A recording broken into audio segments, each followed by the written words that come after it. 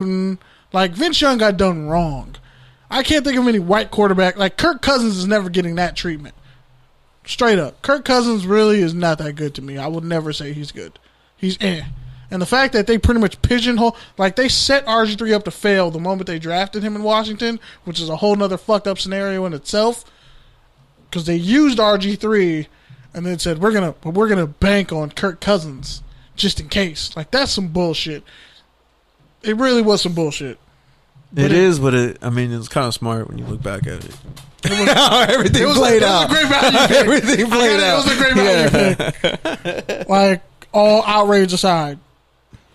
It's like, nah, never mind. I was just going to make a really misogynistic metaphor, but I'll just let it We'll slide. save that for the rant. Shout out to J. Cole. But yeah, so the NFLPA medical doctor on the NFL continuing. What the shit? Yeah, so pretty much the NFL... So pretty much Dr. Fauci came on and was like, yeah, I don't see the NFL season happening unless they're willing to do a bubble.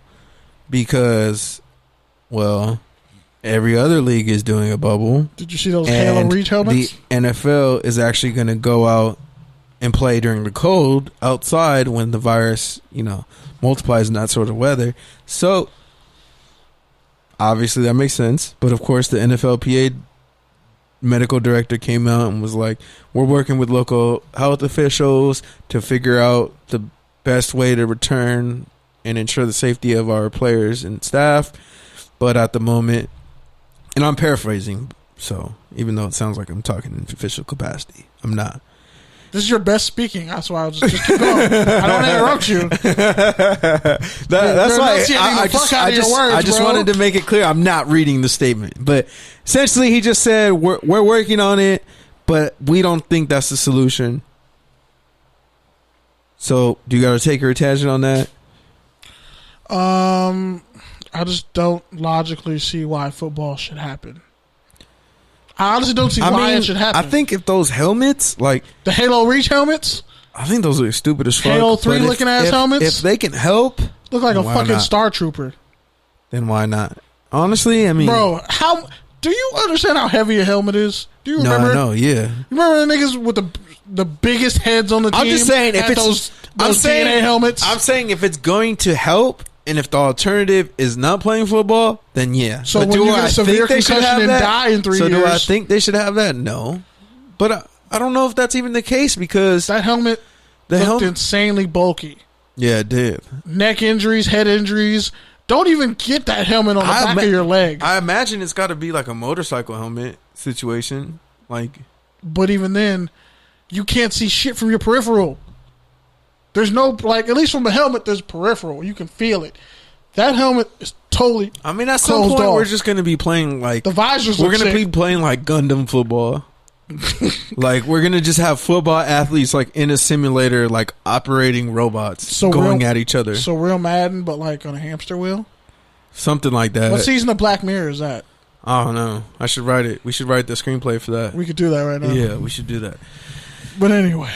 So I mean, it's just another instance where the NFL is zigging when everyone's zagging. So, nothing new here. Yeah. And we don't know if that's going to be, a touchdown or a turnover, but I guess we'll find out. First one I've been wanting to talk about. Hard Knocks, HBO officially announces that they will be showcasing both the Los Angeles Rams and Los Angeles Chargers. So, is that a touchdown or a turnover, Kenny? Oh, man. Hey.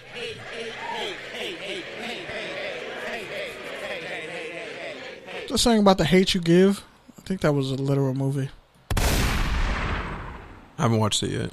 You should watch it. You'll probably cry watching it. And then go watch the Henrietta Lacks documentary. Because we all have her blood and we all have her DNA inside of us. Shout out to Henrietta Lacks. It's kind of traumatic.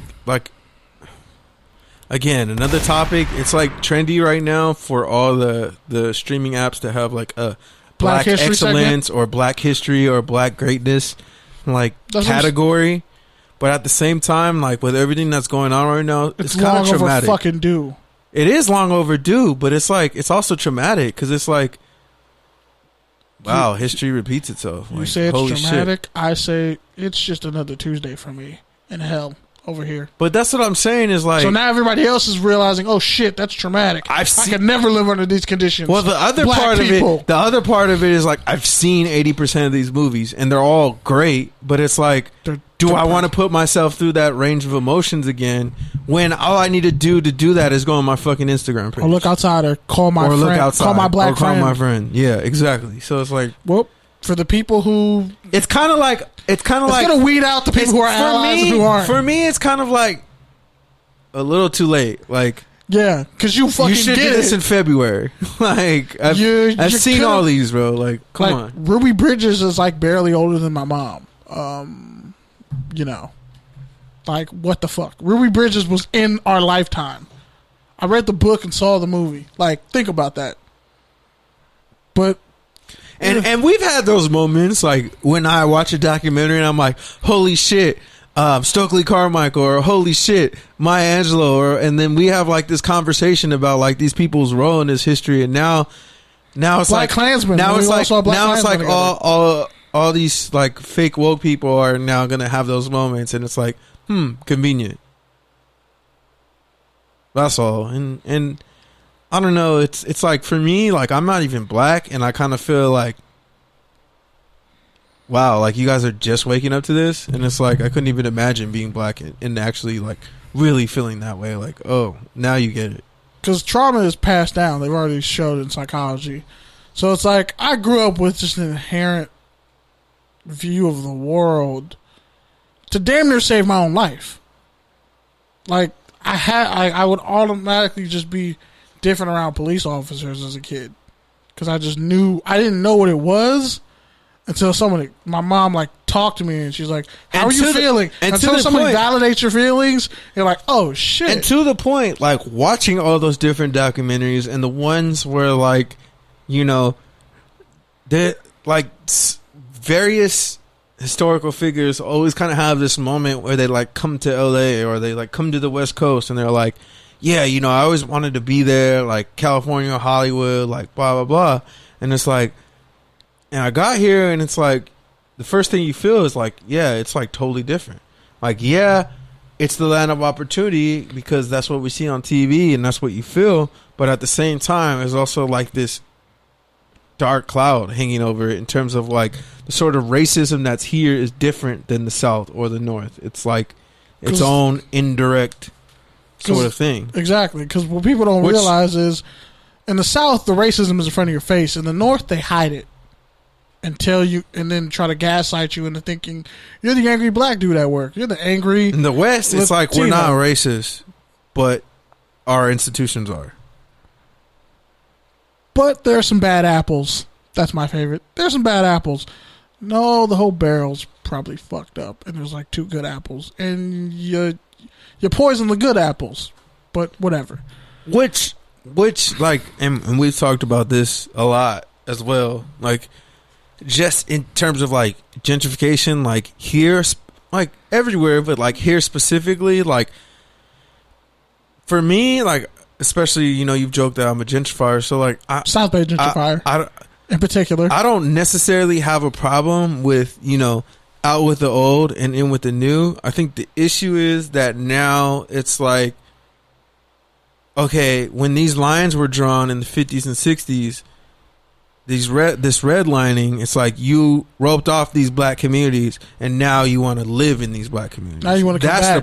That's the part that I have issues with. Or like, okay, now you want to live in these Hispanic communities because they actually took care of their shit. They didn't run it down, or they didn't price it up so high that, you know, average middle white people couldn't live there. Or that there's a bartering system among certain people in certain communities to where we look out for one another, because we all know what it's like to be persecuted against. And also, gentrification is another form of racism and white supremacy, because like black people gentrify shit like that. Like Latinos aren't out here gentrifying white neighborhoods. Why? You know why we can't? Economics. And you know who was shut out of everything economically for like 500 years? You guessed it.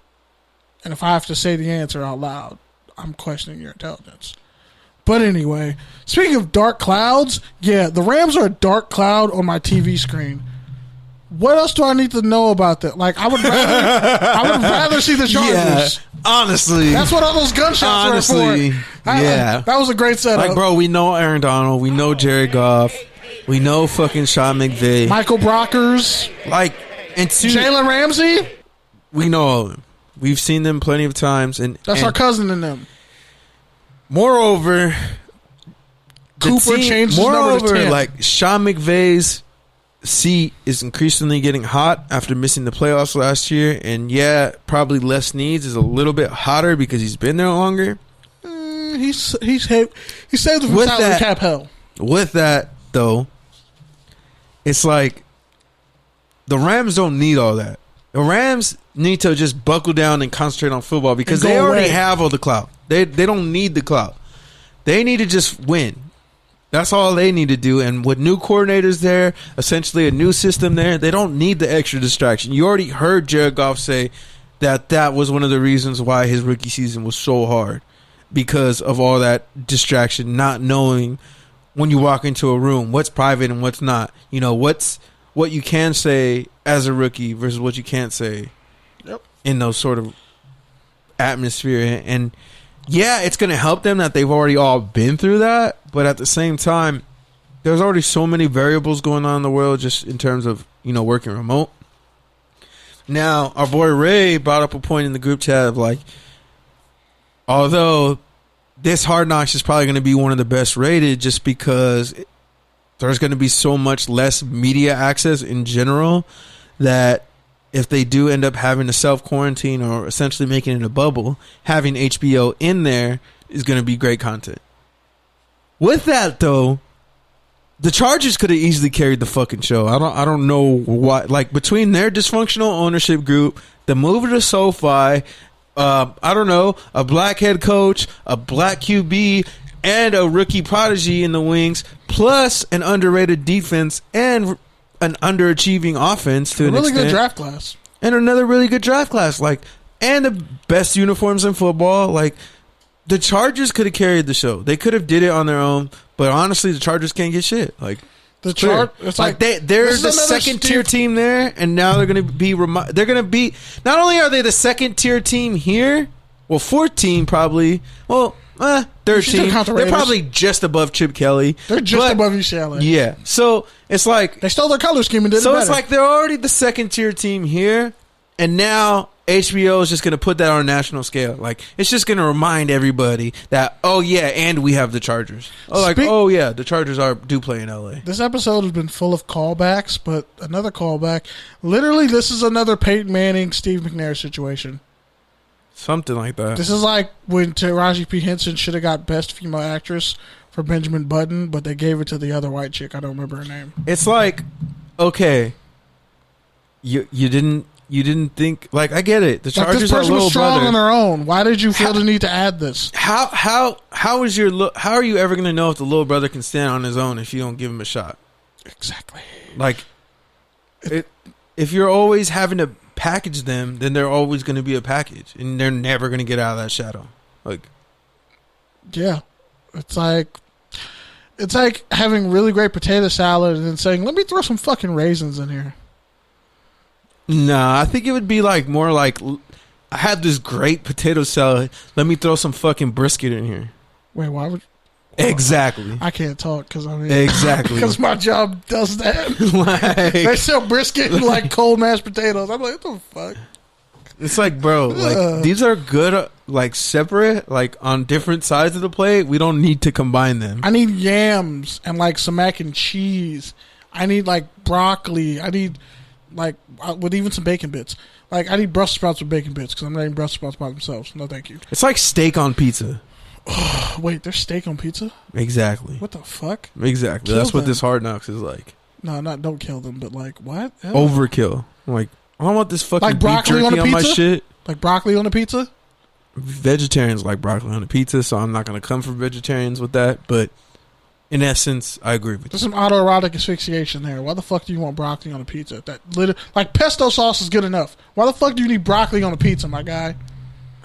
In Shout out Broccoli's defense, because it is such I want to hear because Broccoli's